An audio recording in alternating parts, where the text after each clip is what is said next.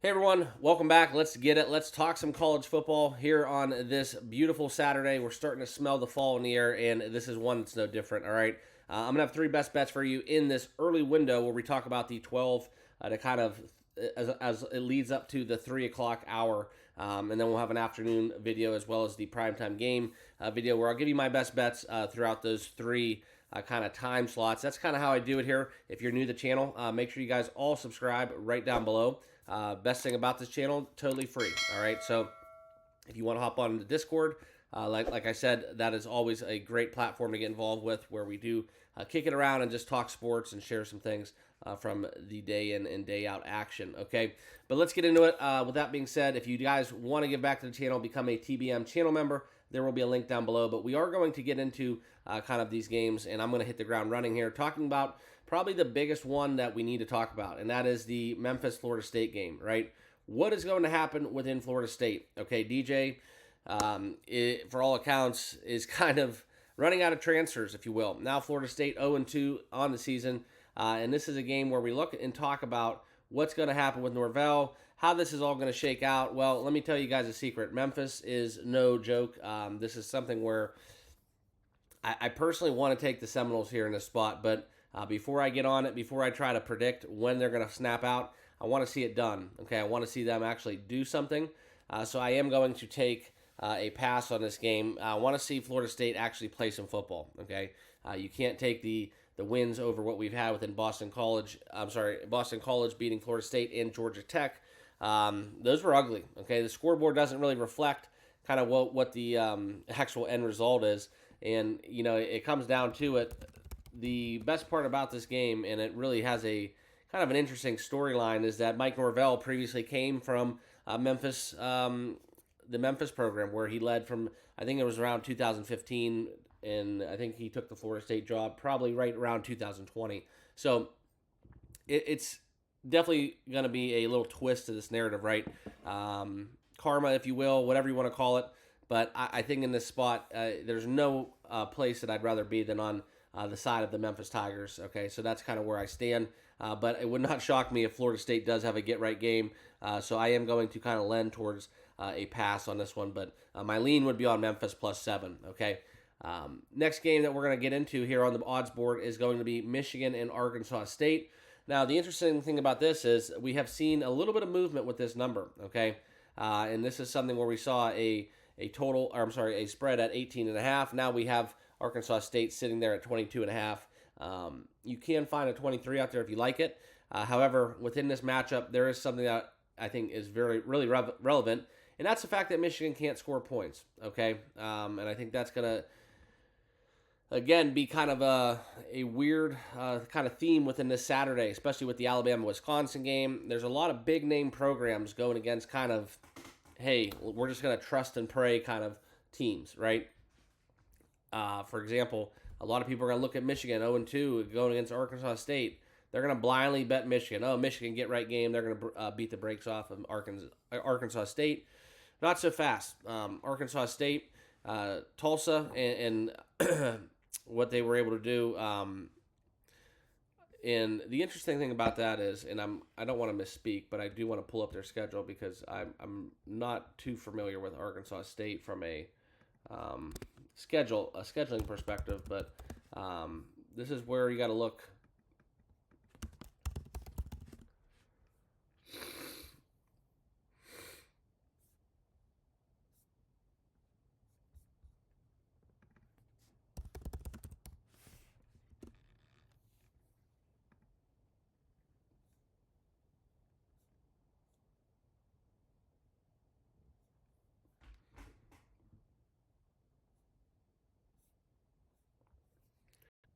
And then the next game down the odds board that we're going to get into is the Arkansas State-Michigan game. Okay, now this is a very interesting matchup for a lot of reasons, and it's going to fit the common theme that we have within college football today. There's some big-name programs going against some lackluster teams, or teams that, quite frankly, I think a lot of people are just going to blindly bet on the public side without really knowing what's going on. Full disclosure, this will not be a play for me. I do like kind of taking the under. You can find a 48. That number has crept down.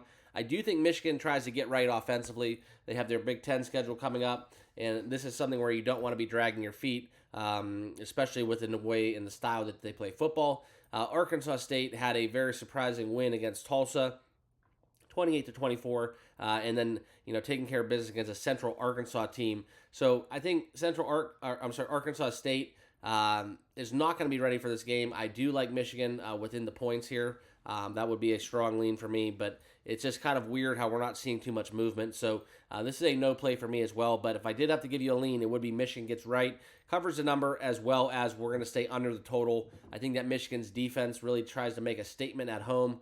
So if you can find a 48, unless Michigan somehow finds a way to score 42 points, I think this is one where the under is going to cash in Michigan, Arkansas State. All right. And then the next game that we're going to get into, this one will be kind of just worth talking about just because a lot of you guys watching are probably SEC fans, so why not? Let's talk about it. Let's give Brian Kelly some due credit. But here is the LSU Tigers, 0-2 against the spread coming into this game against South Carolina, 1-1 ATS. We want to talk about kind of what South Carolina is doing, and quite frankly, there's not going to be a long discussion. All right, Old Dominion and Kentucky getting blown out by Kentucky. LSU goes on the road. It's really tough to play in South Carolina. That's why I'm going to stay away from this game. Otherwise, I do like the fact that we could get points with SC here against LSU at home. But now this number is unbettable. You're seeing 5.5, 6.5 in the market. This is something where I favor the South Carolina side. So if you guys want to bet this game, that's where I would lend to. Also, I just don't think that, a lot of these teams, like I've mentioned, LSU, South Carolina, yeah, they do have some steam preseason, but I think a lot of these numbers get inflated because of the names and the logos on the jerseys, okay? That's just my sense. That's kind of what I do. Sometimes I like to take the statistics and the betting trends and blindly handicap a game without really looking at the names, colors, or logos that we get on jerseys. It really makes the process a lot easier, and then you'll be like, that's the better team, where I think objectively you couldn't come into that argument if you knew that you basically have a team at face value, making that trip. So that's kind of where I'm at. This is something where it's just a weird spot for LSU to go on the road now. They're kind of limping in this one, and they need to win this game, okay? They need to win this game. It's kind of their bounce back moment, but I just don't see it happening too easy. I just really don't. I think that they should be able to, kind of have another test after facing, a USC defense that looks to be the real deal, and then obviously a little tune-up game against Nichols, but now they're back in the SEC, so we'll see what happens. But this is kind of where you just question yourself why LSU is laying a touchdown on the road in this spot. So maybe they know something, maybe they don't. That's kind of where I'm at. That's where I would be on the side of South Carolina, but I'm not going to bet this game either. Okay. Next game worth noting is Alabama-Wisconsin. Kind of same storyline. Face value, everybody thinks Alabama's going to come in here into Camp Randall and just absolutely lay havoc, and it's going to be a bloodbath. However, we're seeing this number kind of shrink a little bit. You look at the Crimson Tide, what they've been able to do, winning against South Florida, kind of scary at first, but taking care of business against Western Kentucky as always. And then Wisconsin, conversely, that's another kind of weird storyline, okay? They're not going to give up many points, but they really haven't played anybody to a level of contention where we get a feel for them on both sides of the ball. But at home, in this spot, the only thing really hurting them is that it is a noon kickoff, okay? And I think that we look at what Alabama's going to be doing. This is kind of their first statement, primetime, big noon kickoff kind of statement, all right? They don't need to make the 4-team playoff, so there's some leeway with that. But I think the handicap that you have to understand is Alabama gets a little bit more healthy here. We're seeing this number shrink a little bit. We were seeing this number opening up at 7 for Alabama -7. Now we're getting Bama -16.5. That is some extreme closing line value if you're able to hop on that over the summertime. But with this, I think the money needs to be on Bama. I'm not sure why we're seeing a little bit of a.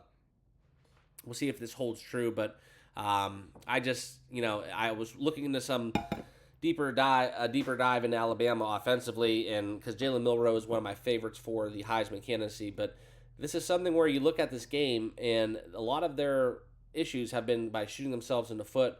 They've been a highly penalized team, very uncharacteristic of a Nick Saban squad.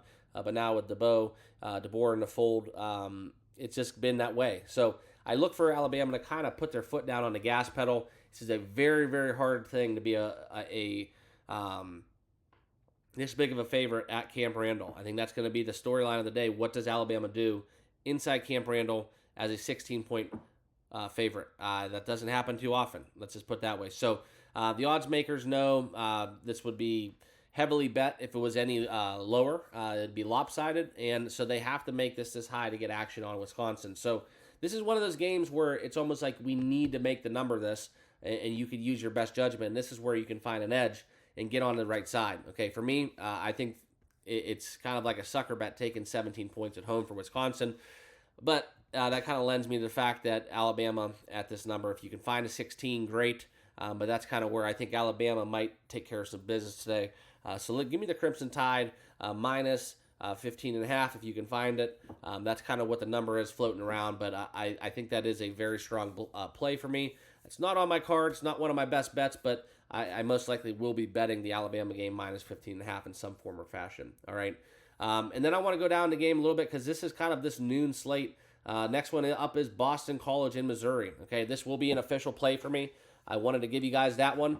Right now, you can find 54s in the market. I was able to take a 54 here earlier in the morning. But within this game, you have to kind of look at the hype surrounding this, right?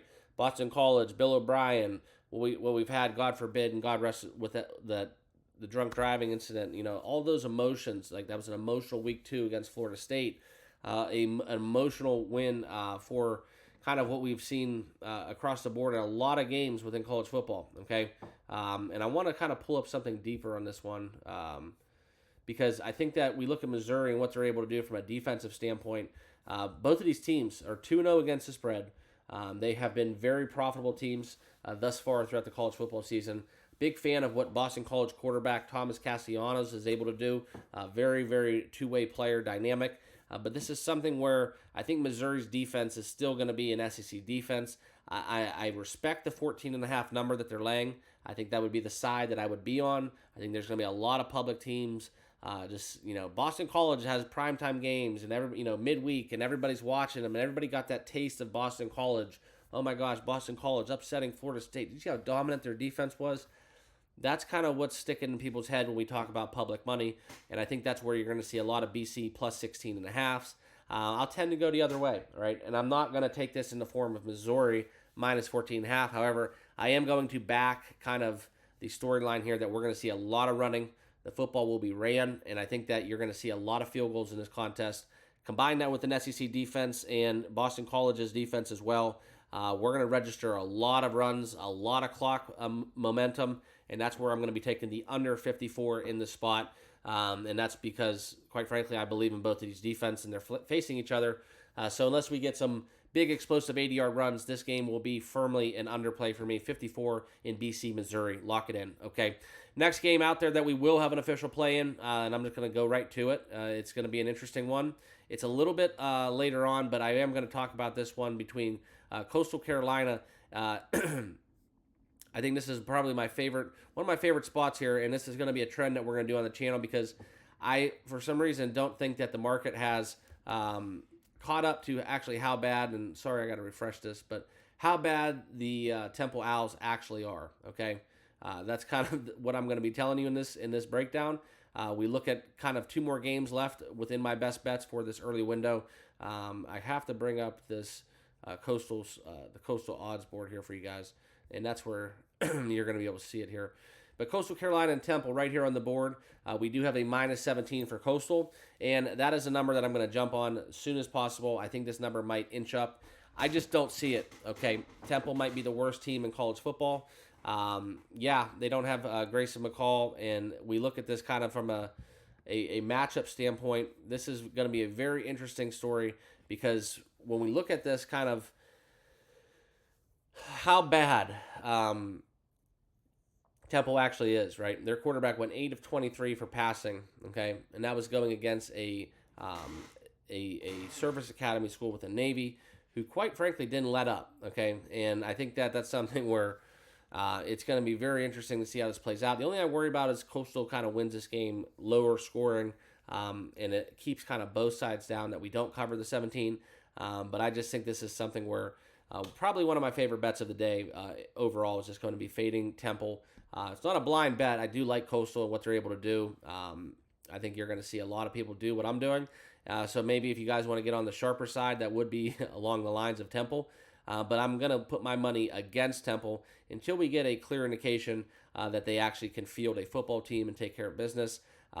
You talk about what happened against Oklahoma, and I know Coastal's not Oklahoma, but it's how they're losing, right? It's 51-3, 38-11, and then Coastal Carolina able to score 55-27 against a Jacksonville State team, which, if you're able to do that, I know Jacksonville State's kind of stocked down as we get into this 2024 campaign even deeper. I just liked Coastal in this spot. I think they're going to have a lot of success, and this is something where Temple against the spread has been one of the most profitable teams to bet against. So my money's firmly going to go on Coastal Carolina until they prove me wrong.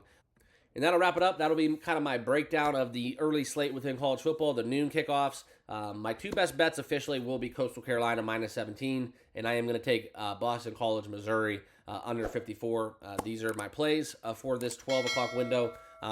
Make sure you turn on that notification bell if you guys want to see what I'm going to be on for the 3:30 games. That will be coming to you guys live, like I said, within an hour. So stay tuned for that and primetime matchups, and of course NFL on Sunday. I appreciate you guys rock with me here on the channel. If you haven't done so, make sure you subscribe on your way out, and we'll see you guys in a little bit. Thanks.